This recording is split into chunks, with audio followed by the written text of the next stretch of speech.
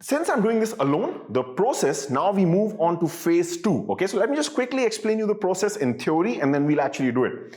So I will basically be using a remote, which will be in my hand. It's an infrared remote.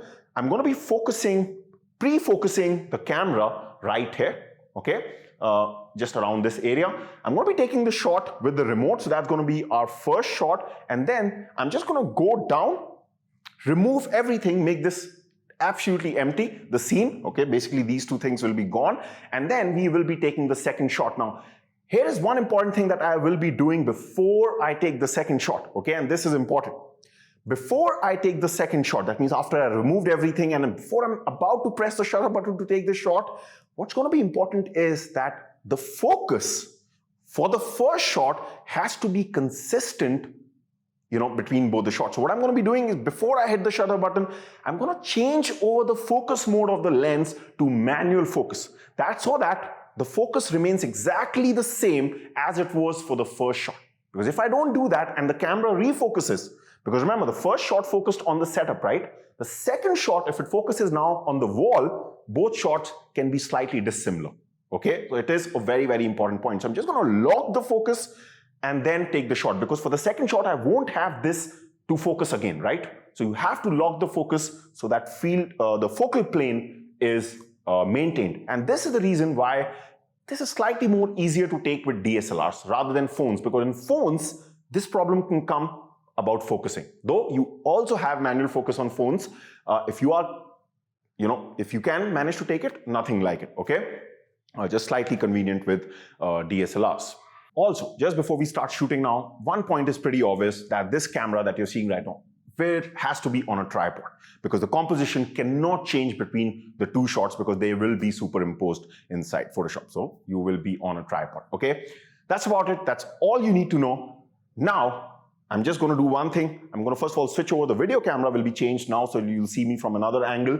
But from this camera, first of all, I will be going behind and focusing just somewhere on the chair, and then coming here and sitting. So let's do this. All right, so what I'm going to do here is, you can see the focus point. I can move it around, right? I will just make sure this focus point, you see, okay, is right on the chair, and I'm going to lock the focus here. Okay, I've already activated the remote mode, so when I press the remote once I'm sitting, it's going to take this shot there. Okay, now this part is done. Now we're going to switch over the camera, and then I'm going to go over there and take this shot. All right, so we're all set. Now it's time to just mount on this chair, which I'm just going to do right now. I'm going to push these slippers aside so they don't come in the scene later on. Now, the pose is very, very important. Now, since I told you that, you know, I would have ideally liked to use a stool for this, but now that I am using, it has a backrest.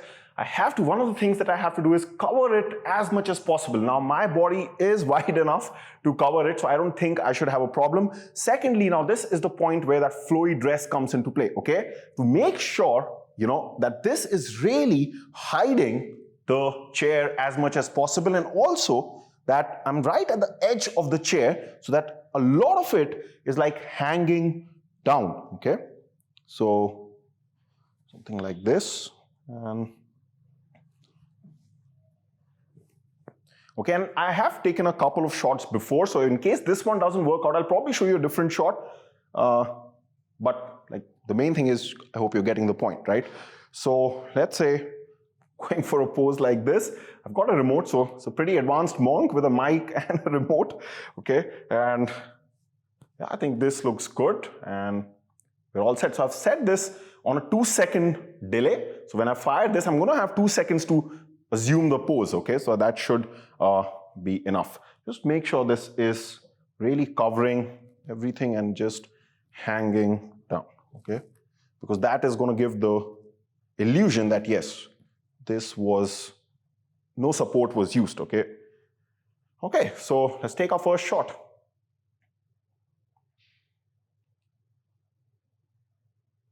Oops, the remote didn't fire. 1 second. Yeah, now it does. Okay, I'm going to take a couple of more shots, because you never know which one comes out to be the best one. Maybe I can even try different angles like this.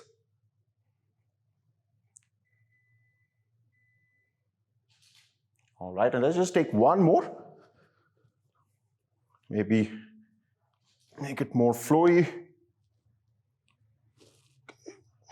Be on the edge a bit more for this last shot. All right. There's hot air, so make sure this remote shouldn't be seen.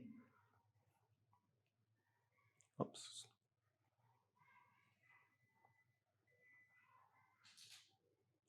All right, so I think that should be enough for some of the shots that we have taken. Now is the important part. What I'm going to be doing right now is, this is the time we have to take the second shot where we remove everything from the setup, okay? And I have to make sure now, before I take the second shot there, after I've removed this, I change autofocus to manual focus so it keeps it locked there, okay?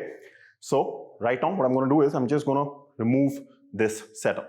All right, so you can see that I have removed everything from the scene here. Now this is the important part which I was talking about, okay? So right now, before I take this second shot, here is the focus mode, okay?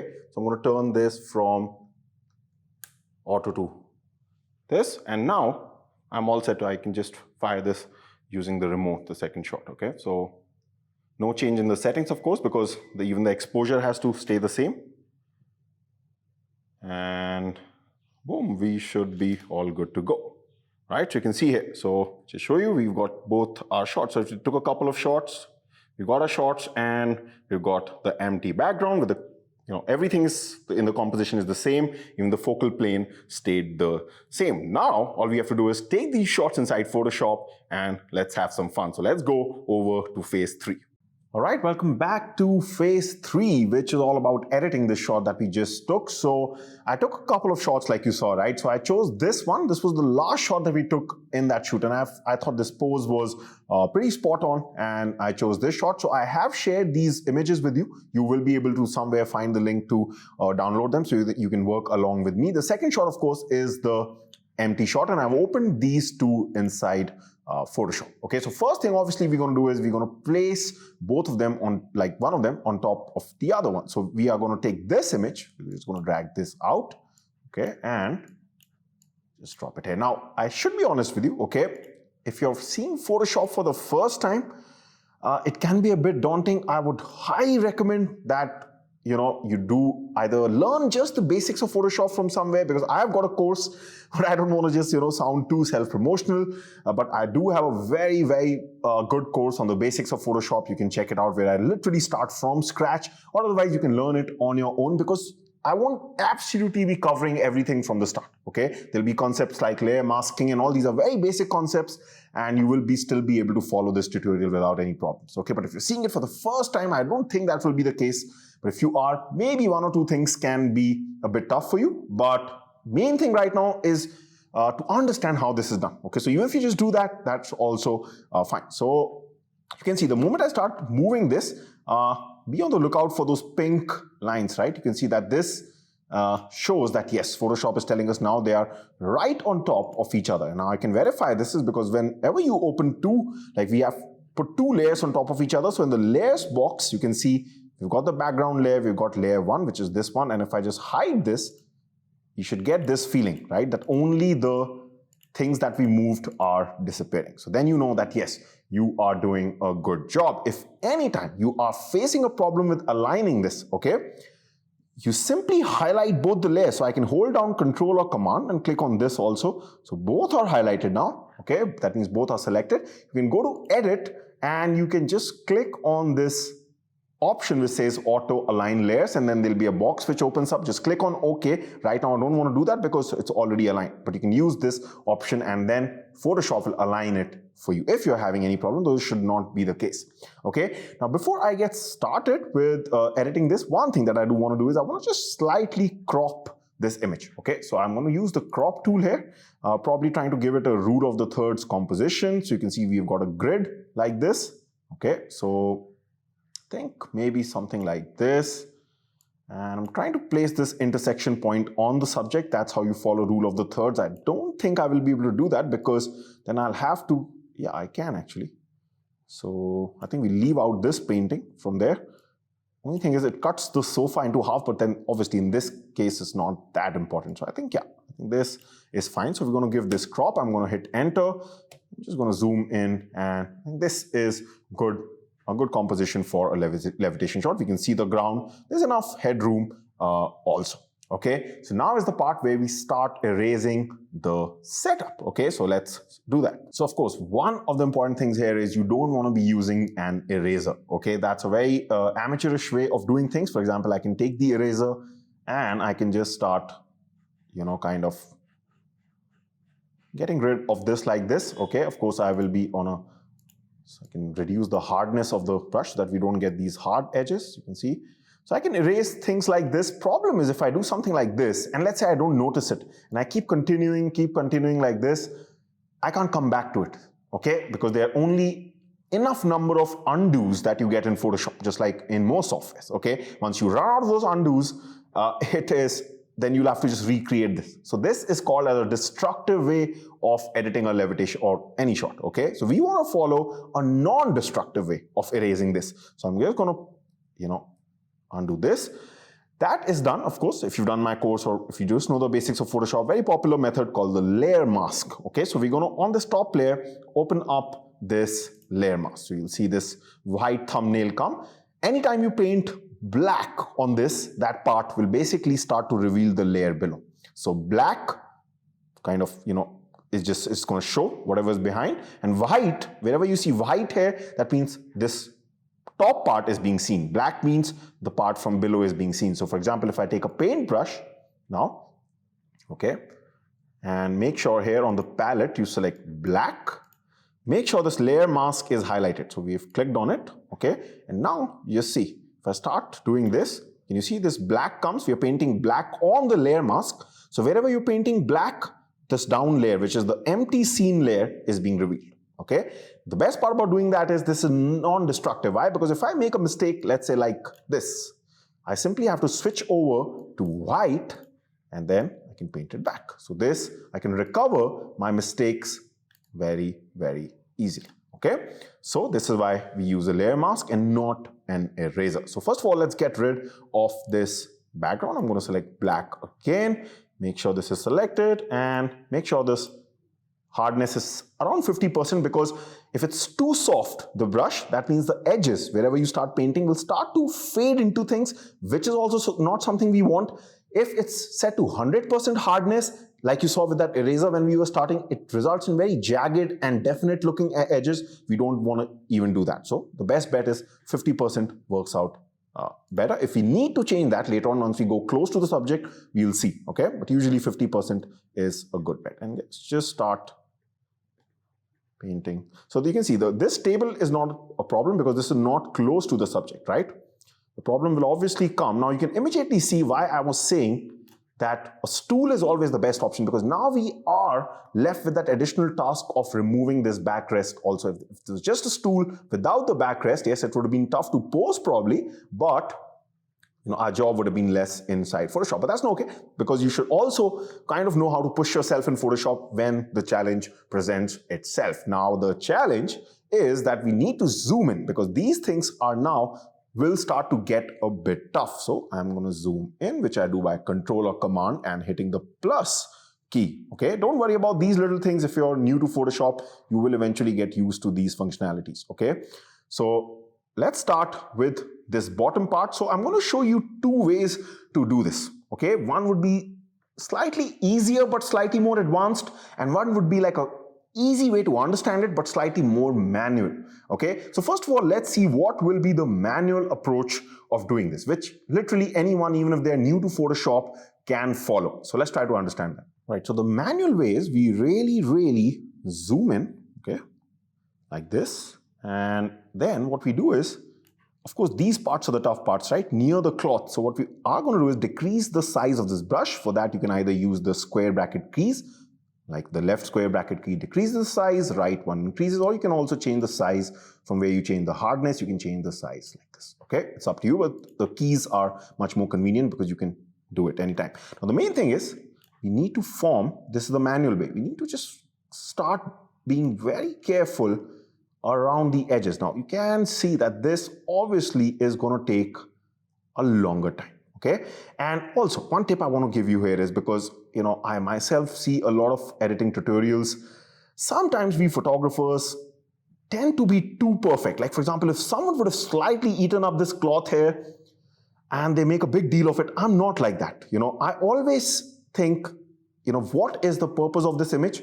If you're just going to be sharing it on social media, nobody out there is going to zoom in 100% and just be focusing on that mistake. Point is, don't be a perfectionist. Okay, obviously if you're taking a big print out of this image, which most people will not, to be frank, it's okay if you make a bit of the mistake. Nobody is going to come to know. Even I've done things for clients, even they don't notice such small things. Okay, so be a bit free. That's what I would say. Okay, so mainly I'm just trying to be careful around this, because then this part will be easy, right? We can be a bit fast with that, just around the edges. So what I'm showing you right now is the manual way. Okay, so of course, like now when it comes to my feet here, I have to be a little careful, because you definitely don't want to eat up the body parts, because somehow the eyes go there and it is more evident than, let's say, that part of the cloth. Okay, but let's say if this much happens, it's okay, right? Nobody's going to see. So like I said, this is the manual way. So a bit of mistakes can happen. It's okay. I'm going to show you the better way also, which is slightly faster than this. Okay. And what I'm going to do right now is, because you know what I'm doing, so till the time I cover these parts, I'm just going to speed up this video. Okay.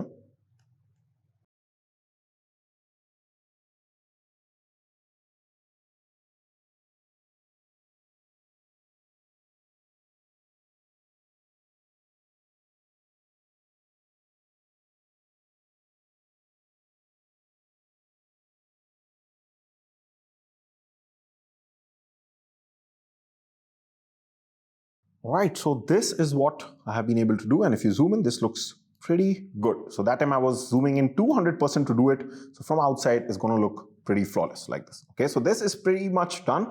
I'm not being 100% perfectionist right now, because it's going to take sometimes a little time, but now let me show you what is the faster way, which we'll use for the sides. Okay, so the faster way is this, right? In the manual way you saw, we had to be very careful. Why? Because we don't want to erase the subject.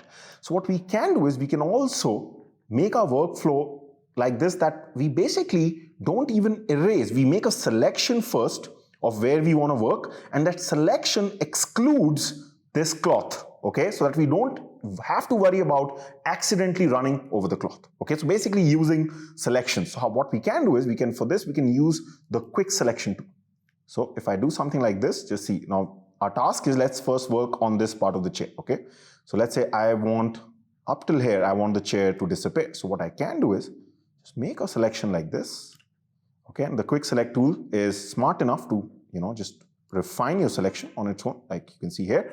And now if I do the same thing, just see, if I take the black brush, okay, I'm doing the same thing now. It's just that I can be more free, right? I can just go like this, because it's only working under the inside the selection. So I don't have to really be too careful. And I would have done the same thing down below also. So usually it doesn't take a lot of time if you just are comfortable with making selections. Okay, so then what we can do is, we can anytime go back to the selection tool and keep adding to the selection.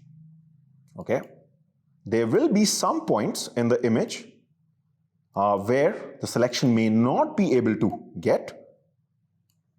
Okay, there, of course, you have to use the manual approach. You can see till now it's pretty much fine. It's doing a fantastic job. Sometimes, as you're going to notice, once I deselect this, the marching ants, you're going to find out when you use this method, the edges can be a bit jagged. Okay, so there is a hack for that, which also I'm going to show you later on. But like, for example, here, can you see the selection has not done a good job? So maybe here we'll have to use the manual approach. We'll see, but first of all, let's just tackle this. So quickly get back to the paintbrush and just do this. Okay. And if anytime you make a mistake, remember this is a layer mask. You can always paint back white to get the stuff back. Okay. Now just about here I need to stop, because can you see this cloth? Now what is happening here is, the chair and the cloth, Photoshop's algorithm is not able to distinguish between them, because the shades look very similar. They're both very dark here. So that's where these tools start struggling. However, always first of all try, okay? So here, usually we are adding selections when we just run this tool. If you hit down Alt, okay, or there'll be Option on Mac, you can see that this turns into a minus. So you won't be able to see because it's too small, but just see. By default, it's plus, but I can also hit down Alt Option to make it minus. This means we're telling the selection to take away from it. So we're trying to see if it can take that cloth inside it. Let's see. No. So you can see it's not been able to do it. So we will have to follow the manual method here. Let's just try to see if, yeah, at least this part it is being able to take. So as much as possible, okay, try to do it the easier way. So you can see at least from the hand, actually not, okay. So because even this top part, even I myself realized the cloth is also there. All right, so we will have to use the manual approach. So again, what I'm going to do is, the method for that. So we're just going to take the brush, make it really, really small. And just imagine, again, I come back to the same point, right? Remember the standard golden principle I told you? You pay more attention during the setup. Like for example, if we had used this tool, right now life would be so easy because our job would have been almost done and we wouldn't have had to need this. Now, first of all, before I go there, just erase this. Okay. So you can see sometimes, yes, definitely, even if you do think a lot, there can be instances where it can be a bit tough. I'm just, absolutely running it everywhere because sometimes there can be a bit of a difference in the exposure between both the images. That's what you're seeing here. So I like to absolutely get the bottom part from the second image, okay, so that there are no shades or something. Even though the settings in the camera were the same, but what happens is because we move the setup, the light, how it bounces changes. That can just affect the exposure a bit, okay? Now let's get rid of this part.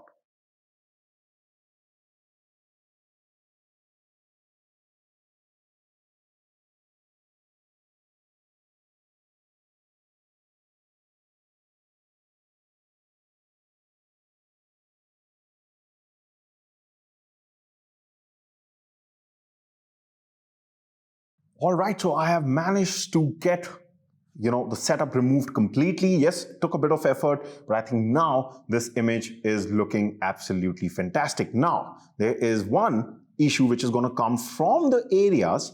Okay, now, one of the things, before I say that also, one of the things that you should always see is once you've done this, go around the edges wherever you worked and see what are the issues. So you can see this looks pretty perfect because we were totally manual about it. But like I told you, wherever you do the selection thing, can you see that we're seeing the edges a bit defined and jagged, right? So we will have to improve this and just a bit of stuff here. Anytime you feel something has gone inside, you know what to do. Turn the brush into white and paint it back. I did eat up some of the cloth here and that's okay. Okay, like I said, don't be a perfectionist.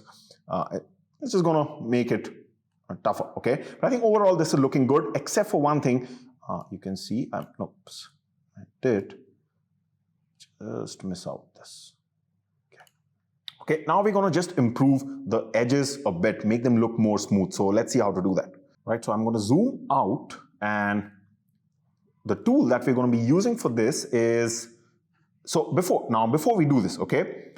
At this point, okay, it's very important that you exactly know that yes, you have been able to get rid of the setup, because what we are about to now enter is something which is slightly destructive in nature. Because what we're going to be doing right now is we're actually going to be merging these two layers and creating a new layer. Okay, because what I'm about to show you, there are some steps which we need to work on post the work of these two layers. Okay, so it's going to be a bit destructive because it's going to be, think of it like this, we're merging these to form a new image now, and all the work will be done on that new image. That means this layer mask after this step won't be able to help us. So what I'm trying to say is, at this point, just make sure you've got rid of the setup, and at least, even if you have some some little things on the edges, it's still fine, but overall you're not seeing anything that you would have liked to get from these two shots. Okay, so what we're going to do right now is select both of them, hold down Control Command, and we're going to tell Photoshop, okay, time to finally create a new image, which is the result of whatever we've done here, okay?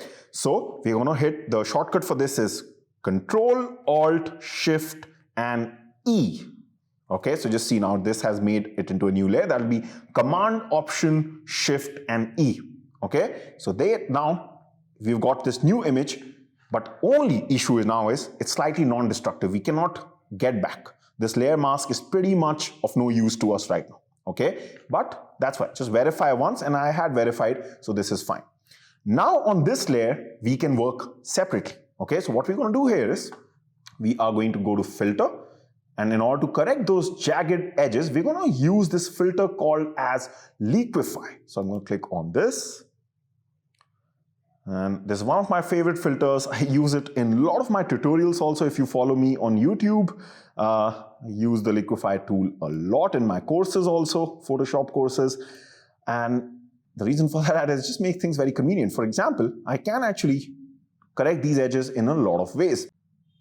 So for this job, I like to use something called as a pucker tool. Okay, so if I zoom in to this image, okay, and ideally, to be frank, we should be converting this layer to something called as a smart object, and then applying the Liquify filter so that we can make changes to the Liquify filter later on. Again, it's a part of non-destructive editing right now. Okay, it's okay. It's all right even if we are not perfect, because these are very small changes. If you make a mistake, you can always come back and fix them up. Okay, so let's see those jagged edges. I think these edges here are fine because this kind of shows the cloth which was torn, so that is fine, but something which looks bad, that's what we are after. Okay, so I would say something like this. Can you see? These edges don't look good. So if you use the pucker tool, what this does is it basically shrinks things. Wherever you run your cursor on, it's just going to shrink it like this. Okay, so it's going to get rid of those bad looking edges. So usually the Liquify tool is actually used for body shapes, changing the facial features, like I show in my portrait. I've got like a 7-hour long course on portrait retouching. There we use the Liquify tool a lot. Now this time you can see I actually did the opposite. It's okay. A bit of randomness is okay. Main thing is we're just taking away that jagged nature of the edges. Okay. You can kind of see I actually missed out something here, or maybe that's on the wall or on my monitor. No, that's definitely not on the monitor, but yeah. So sometimes, you know, I'm not being too perfect here. That's why I say always make sure you go through, before you go on to this step, the Control-Alt-Shift-E1 that I showed you, go through very slowly around the edges and make sure nothing like this. But I definitely think this is on the wall, okay? We'll verify that later on. So, okay. And I think this is okay. This is fine. So we're going to hit OK right now. And this is pretty much done. So we have been able to get rid of those bad looking edges. Let's once more zoom in, go through the entire image. And you don't really have to, at this point, because you already done the hard work, you don't have to always zoom in 200%. Okay, just see if it's looking okay at something like 50%, 100%, and if it's looking fine, don't be a perfectionist. So according to me, okay, this is looking absolutely fine. I mainly had to just worry about this part here. All right, so you could see that was a bit of hard work. Still, we are just left with some small steps, things like shadows, adding a bit of editing to this shot, adding a bit of filters to make it more dramatic.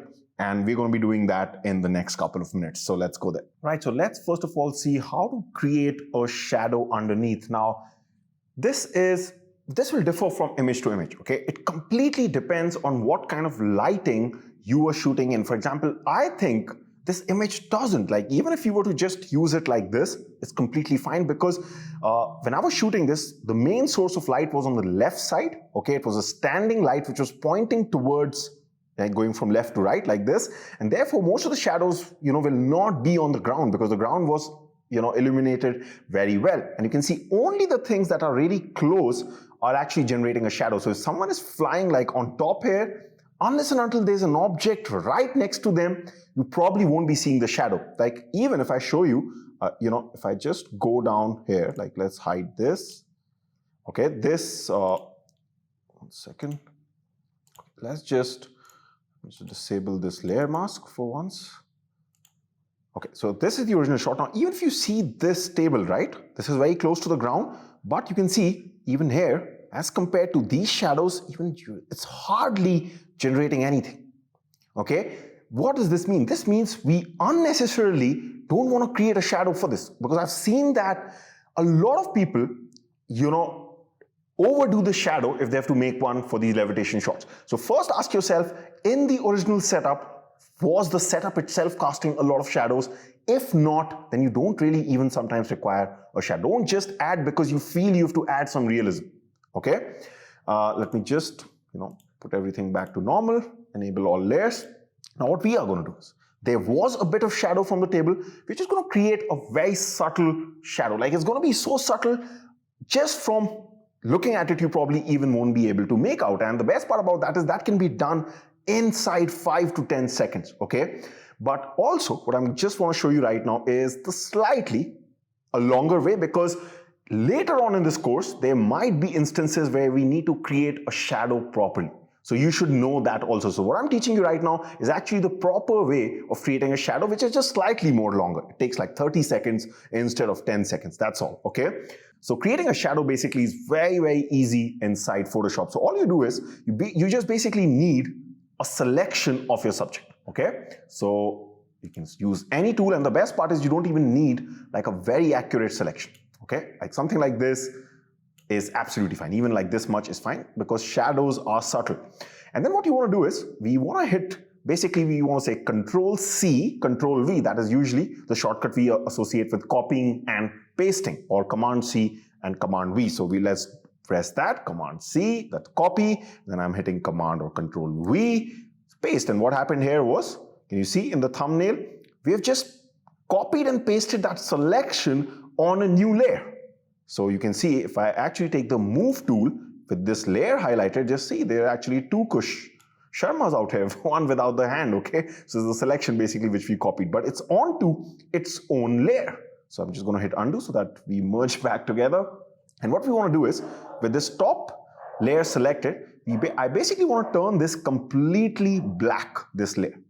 So what we normally do to do that, to fill anything in Photoshop, we go to Edit, we go to Fill, and we click on black, like contents, we select black and we click on OK. But if I do that, just see what happens. It's going to fill the entire canvas with black. We don't want that, right? So first, we have to again get that selection back, even though we are on this layer. And how do you do that? So for that, you basically hold down Control or Command. So I'm holding down Control or Command and just click on this thumbnail. Okay, so just see. When I do that, that selection comes back. So I only want to fill inside the selection with black. So now I can go to Edit, Fill, and black. Okay, then I can press Control D or Command D, that stands for deselect, to remove these marching ants. All these little things, you just kind of get used to it. Okay, so this is basically the shadow that's looking a bit scary also. Okay, so now the shadow is going to be down, so we can move this down, but of course the shadow is not going to be like this. So normally when we create shadows, we can, with this layer selected now, we can go to Edit, Transform, and we can transform it in a lot of different ways. I can like distort it, do this, make it like this, because shadows usually will be like this. So I'm just teaching you later on also what we might be doing, okay? So you can give it any angle. Right now, if the actual shadow was there, it's going to be very compressed, right? Like you saw with the table also, it was not very long. Okay, so something like this. Okay, maybe we can even kind of distort it like this and just hit enter to remove the selection. And now, of course, this is too heavy right now, right? So what we can do here is, with this layer selected, we can first of all add a blur filter. That means we can blur this layer. So we can go to Filter on top. Again, I'm just teaching you a longer way, slightly, which we might be using later on. Otherwise, to be frank here, you can simply take a black paint brush with a very low opacity. You can just paint a bit of black, okay? Because that's ultimately what's going to happen. But we can go to blur, we can go to Gaussian blur, okay, and the more blur you give it, the more subtle it's going to become, like this. Okay, something like. So I want to stop somewhere where a bit of shape is also retained, okay, so something like this. Hit OK. Right now also it's very strong, but after you've added the blur and softened the edges, with this layer, we are really gonna push the opacity down. Okay, we really want this very light. So you can see right now it's 100% opacity, and I can keep on decreasing it till it becomes, you remember the table that we saw? It was hardly there, right? So we actually need just something like this. Okay, in fact, I feel even this is slightly strong. Okay, so I know we can barely see it, but you're gonna see it when I hide it and unhide it, okay? It is gonna be there. That is what has to happen here. So just see, if I hide this, can you see? There is, but if someone was to come right now and see this image, like we have been working on this image so we can recognize this. If someone was to come, what happens when you just add a very subtle shadow is their eye doesn't feel that something is wrong here. Why? Because their eye is also seeing this little black thing for the first time. You know, they're not seeing the empty floor for the first time. So they won't even like second guess. Okay, they're like, wow, you know, there's nothing wrong with it because their eye is observing this little black thing also. That's how I can put it, because you can see there is a difference, right? In fact, to be very honest, I still feel this is slightly loud, probably 8%. Barely there. So keep the realism. So like I said, even if you hadn't put the shadows, it was not such a bad shot. And like you can see, it's so light, you could have just taken like a paintbrush like this, okay? And let's say I create a new layer just to show you. I can just paint it like this and simply turn the opacity down like this. So that's an easier way of doing it. But I just wanted to show you how usually shadows are also made, because when the shadow is prominent, that time the shape of the body is important. That's why we did the selection thing also. So now that this is done, we're simply left with one part, which is we're just going to add, and this is completely optional by the way, we're just going to add a bit of vignetting to the shot and a bit of a filter just to give it a dramatic effect. So let's do that. All right, so now that we used two different layers, we're again going to do the same thing. We want to merge these two layers together. So again, that same principle applies, the same shortcut, sorry. So Control Alt Shift E or Command Option Shift E. We're telling Photoshop, okay, finally merge these two also, because we are just on to the last step, okay?